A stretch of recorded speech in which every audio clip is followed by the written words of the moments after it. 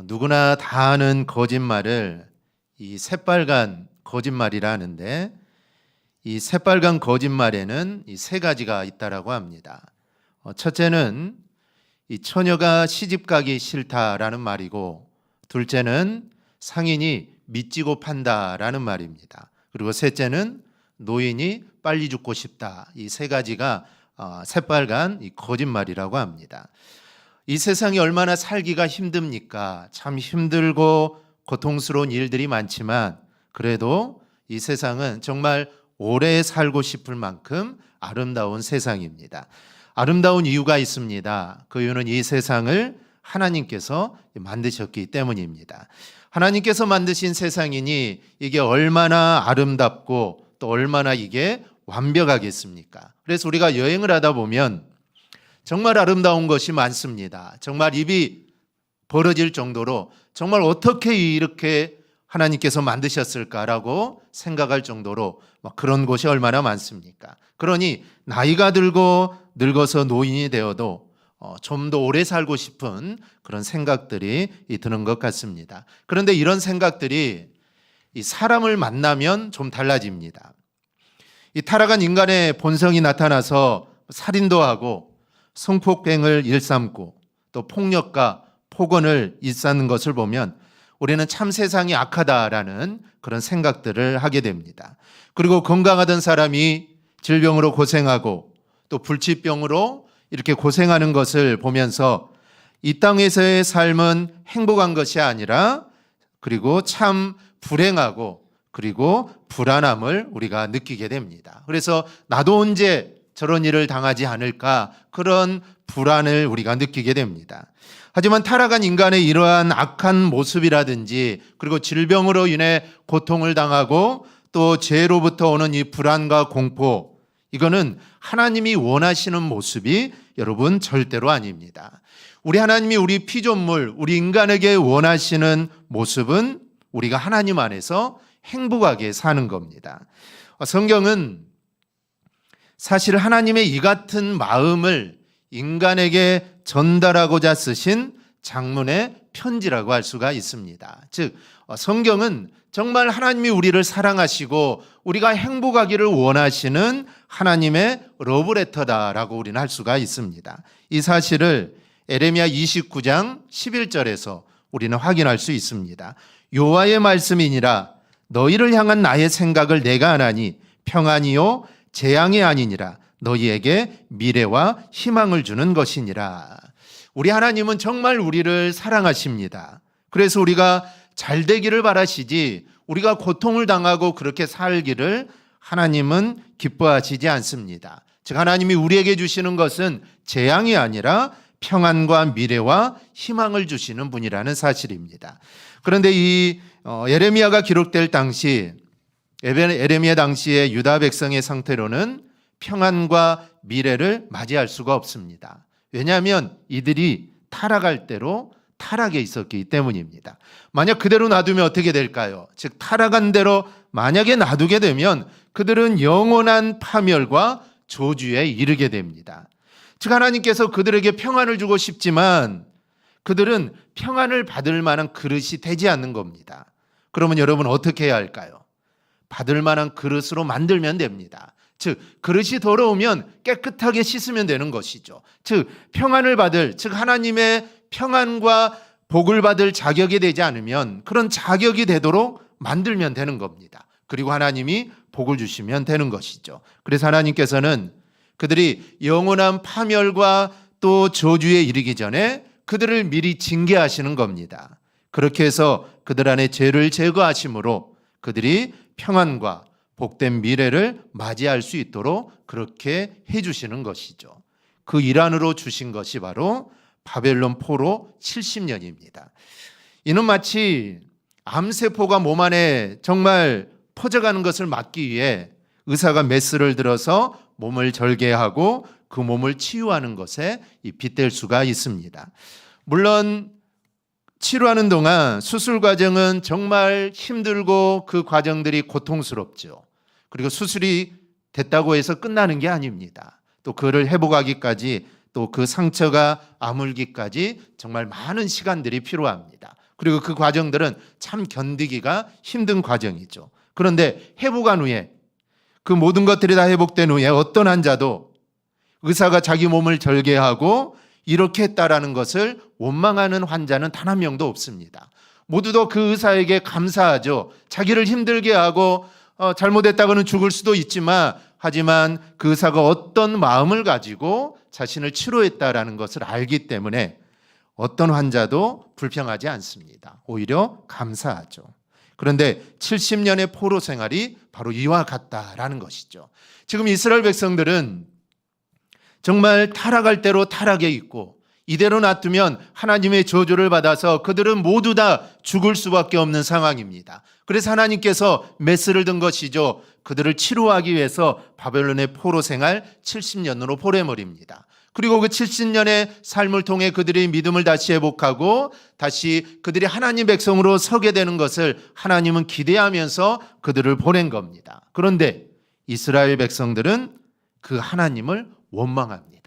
마치 나에게 죽을 병이 있었는데 암이 있는데 자신을 치료해 주는 의사를 원망하는 것과 똑같습니다. 하나님 우리에게 재앙을 내렸다고 말을 하고 하나님 우리를 싫어한다, 하나님 우리를 버렸다라고 그들은 하나님을 향하여 원망을 합니다.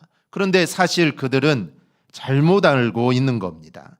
하나님은 그들이 미워서 포로 생활을 허락한 것이 아니라 그들을 정말로 사랑하셨기 때문에 70년의 포로 생활을 허락하신 겁니다. 그런데 하나님의 의도를 알았다면 이들은 이렇게 하지는 않았겠죠.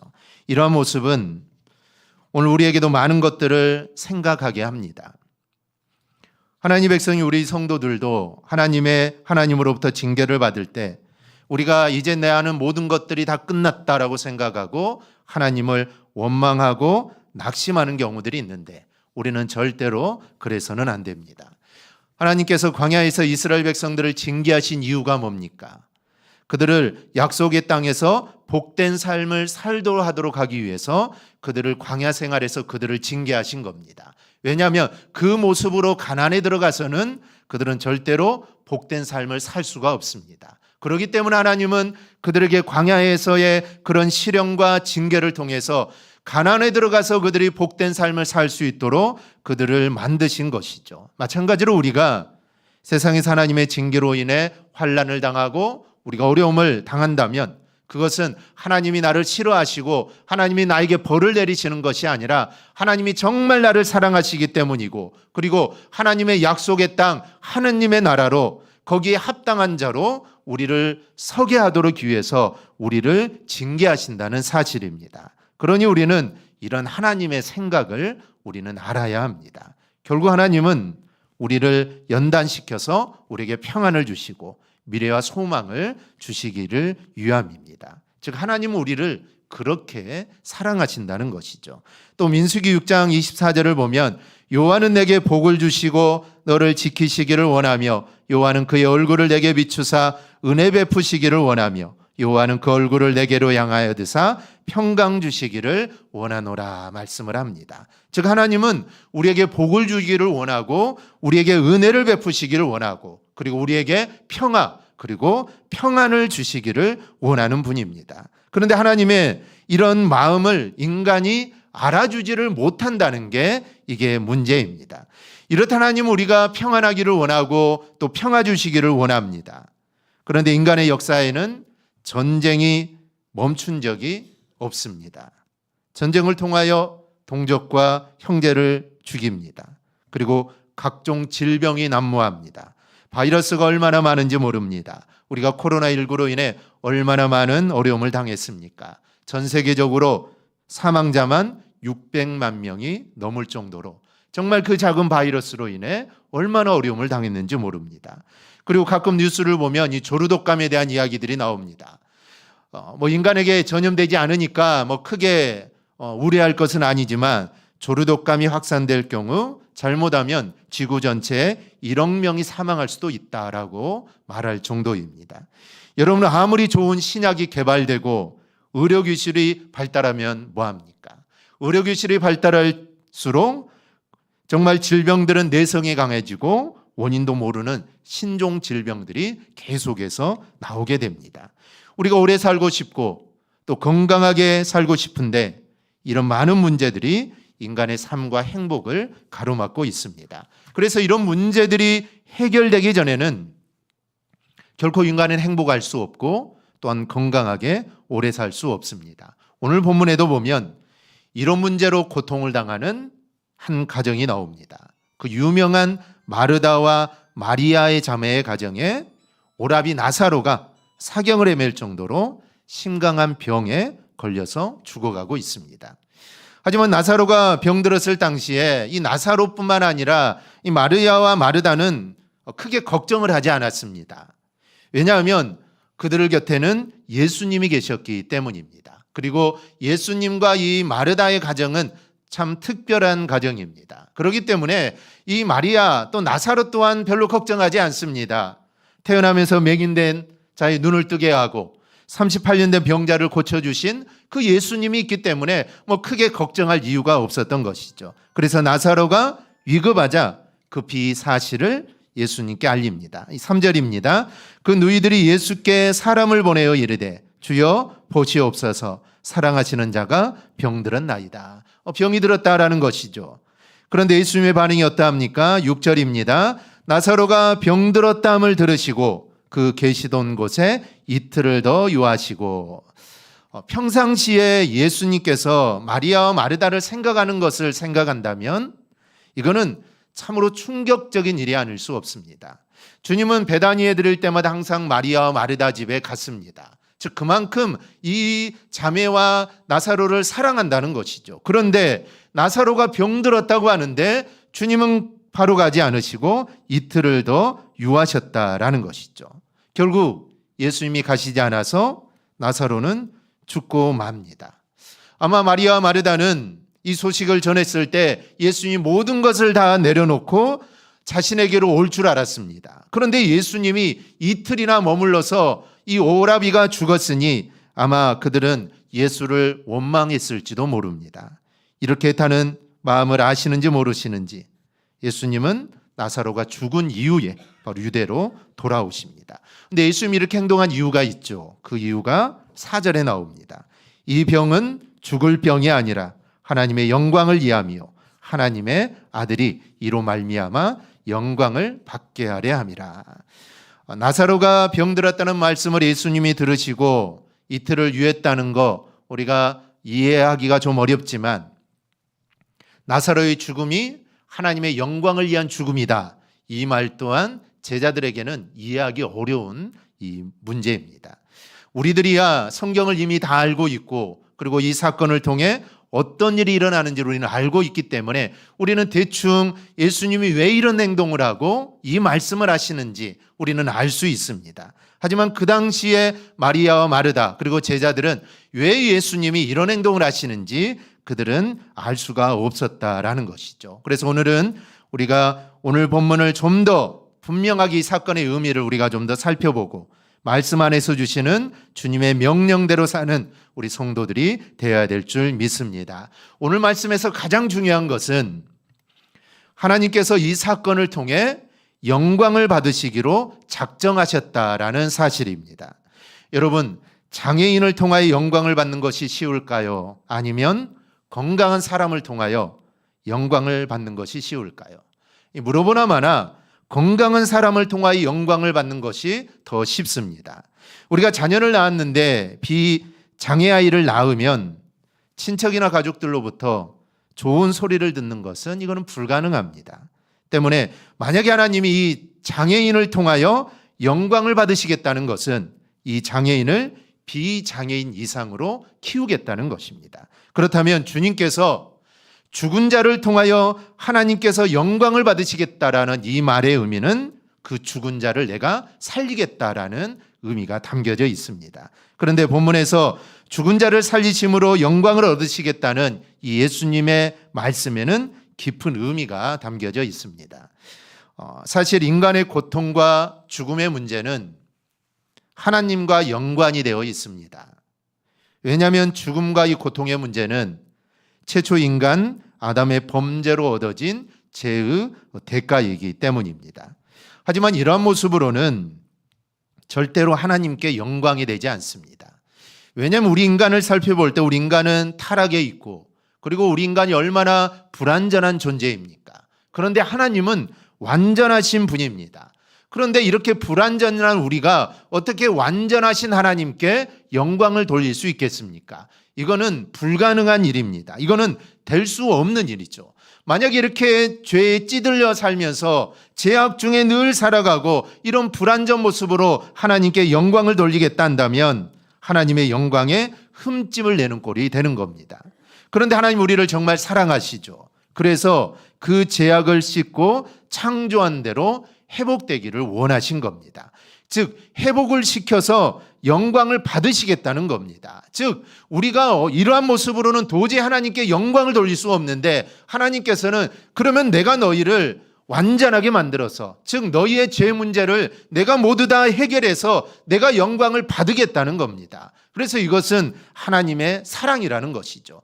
우리가 무언가를 하나님께 요구해서 하나님 우리의 죄를 좀 용서해 주시고 우리를 좀 완벽하게 해서 내가 하나님께 영광을 돌리게 해달라는 것이 아니라 정말 창조주인 하나님이 정말 죄악에 찌들려 사는 우리 피조물을 너희 죄를 내가 용서해 주겠다. 그래서 너희가 나를 영광을 돌리도록 내가 너희를 그렇게 만들어 주겠다라는 것이죠. 그래서 예수님은 나사로 사건을 통해 하나님 인간을 얼마나 사랑하시는가를 지금 보여주고 계시는 겁니다. 얼마나 하나님 인간을 사랑하셨으면 당신의 영광을 인간의 회복, 즉 죽은 자를 살리는 것과 연결을 시키겠습니까? 우리는 이것을 세 가지로 이해할 수 있습니다. 첫째로 하나님은 살아있는 자를 고쳐서 영광을 받으시는 것이 아니라 죽은 자를 살리심으로 영광을 받으십니다. 주님은 나사로가 죽기 전에, 즉 병들었다는 말을 듣고 즉시 가서 나사로를 살릴 수도 있었습니다. 하지만 주님은 의도적으로 그렇게 하지 않으셨습니다. 그리고 죽기까지 어찌 보면 주님은 기다리신 것이죠. 그리고 나사로가 죽었다고 하시면서 유대로 올라가십니다. 인간의 상태는, 이러한 모습은 지금 인간의 상태를 말해주는 겁니다. 즉 인간의 상태는 지금 죽어가고 있는 상태이거나 아니면 누군가가 와서 살릴 수 있는 상태가 아니라는 겁니다. 우리 인간은 그 무엇으로도 손댈 수 없는 이미 운명한 시체 상태가 우리 인간의 모습이라는 것이죠. 이 사실을 설명하시려고 나사로가 죽기까지 기다리신 겁니다. 우리는 이미 죽은 자들입니다. 우리가 나사로의 상태를 보면 이미 죽은 지 나흘이나 지났습니다. 4일이나 지났으니 냄새도 나고 썩은 내가 얼마나 진동하겠습니까? 즉 우리가 그렇게 썩고 냄새나는 상태가 우리의 모습이라는 것이죠. 그런데 그런 상태에 있는 우리들에게 주님이 오셔서 우리를 살려주신 겁니다.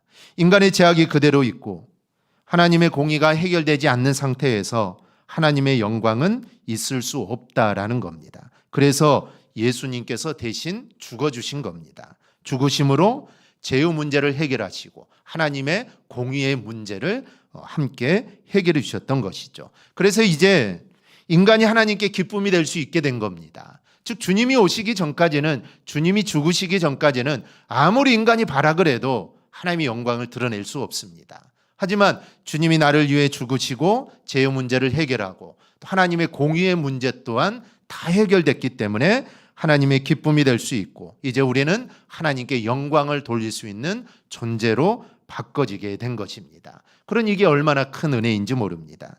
그런데 사실 우리가 무엇을 한다고 해서 하나님께 영광이 되는 것은 아닙니다. 왜냐하면 하나님의 영광은 완전합니다. 완전하다는 것이죠.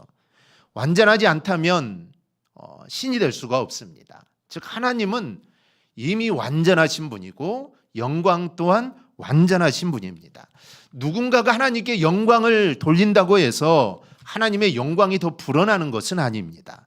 그런데도 하나님은 우리를 사랑하셔서 우리가 하나님께 영광 돌릴 수 있는 상태로 만들어주신 겁니다.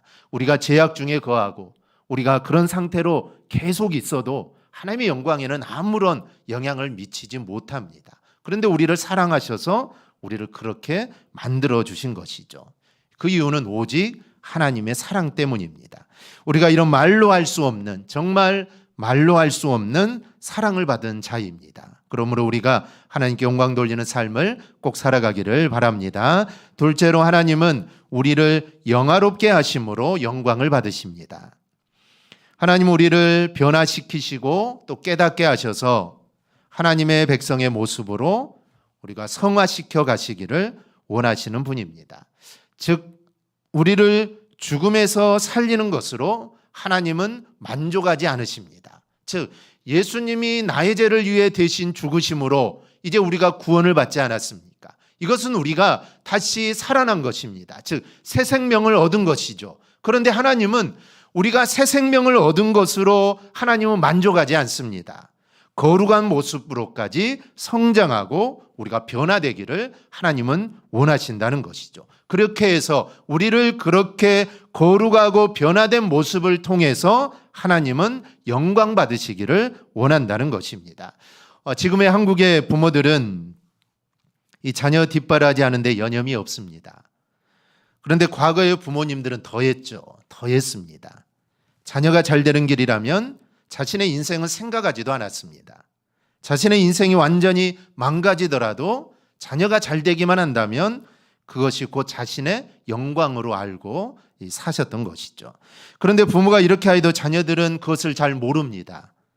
당연히 부모가 그렇게 해주는 거라 생각을 하죠. 심지어 부모가 경제적인 능력이 없으면 부모를 멸시하는 불황아들도 있습니다. 그러다가 결혼을 하고 자녀를 낳고 자녀를 기르면서 이제 그제서야 부모의 마음을 이해하게 되죠. 그런데 이렇게 부모의 마음을 이해하게 되면 부모님은 이미 이 세상 사람이 아닌 경우가 많습니다. 이런 모습을 우리는 예수 그리스도를 통하여 우리는 확인하게 됩니다. 하나님은 당신의 영광을 위하여 인간을 창조하셨지만 하나님은 그 영광을 인간을 노예나 광대로 만들어서 기쁨을 얻기 위한 것이 아니었습니다. 만약에 하나님이 인간을 광대나 노예로 만들어서 아니 로봇처럼 만들어서 말 한마디만 하면 웃고 춤을 추는 그렇게 만들어서 영광을 받을 수도 있습니다. 광대로 만들어서 춤을 춰라 아니면 나를 기쁘게 해라. 노예에게 그렇게 말하는 노예는 주인을 기쁘게 해야 합니다. 그런데 하나님은 우리를 그렇게 만드시지 않았다는 것이죠. 창조된 인간이 하나님 안에서 충분히 행복하고 또 기쁨을 누리고 그리고 그것으로 하나님은 행복을 얻으려고 했던 겁니다. 즉 우리 인간이 행복하게 사는 그 모습이 하나님에게는 행복이었다는 것이죠. 뿐만 아니라 타락한 인간을 구원함에 있어서도 하나님은 일방적으로 구원하고 끝을 내는 것이 아니라 그 이상의 신앙으로 또 단련하고 성장하도록 우리를 훈련을 시킵니다. 여러분 아브라함을 한번 생각해 보십시오. 하나님께서 아브라함에게 나타나셔서 고향을 떠나서 내가 지시한 땅, 이제 그 땅은 나중에 가나안 땅이 되는데 그 땅으로 가라고 합니다. 그런데 하나님은 아브라함을 가나안으로 인도하고 끝내시지 않았습니다. 가나안으로 보낸다고 했으니까 그곳으로 보내면 이제 끝나는 게 아닙니까? 그런데 하나님은 끝내시지 않습니다. 그를 계속해서 훈련을 시키시죠. 그리고 믿음의 조상으로 만드십니다. 그리고 그 믿음의 조상이 된, 즉 믿음이 단련되어서 정말 이제는 그 어떤 것으로도 그를 시험할 수 없을 정도로 온전히 하나님을 바라보는 그 믿음의 사람으로 만든 후에 하나님은 그를 통해 영광을 받으시게 되는 겁니다. 본문 15절에서 예수님의 제자들 향하 이렇게 말씀하십니다. 내가 거기 있지 아니한 것을 너희를 위하여 기뻐하노니 이는 너희로 믿게 하려 함이라. 만약 예수님께서 나사로가 아프다고 했을 때 얼른 달려가서 나사로를 안수해서 나사로를 고쳤다면 어떻게 됐을까요? 아마 제자들이나 아마 나사로의 누이들은 예수님께 참 고마워했을 겁니다. 얼마나 고마운 일입니까? 지금 아파서 막 죽어가고 있는데 예수님이 안수해서 살려주었으니 얼마나 감사한 일입니까? 그러나 죽은 이후에 가셔서 나사로를 살려주심으로 인해 이제 그들은 감사하는 게 아니라 주님만이 우리의 구원자이심을 그들은 확신하게 고백할 수 있게 되었던 겁니다. 즉 주님은 그걸 원하셨던 것이죠.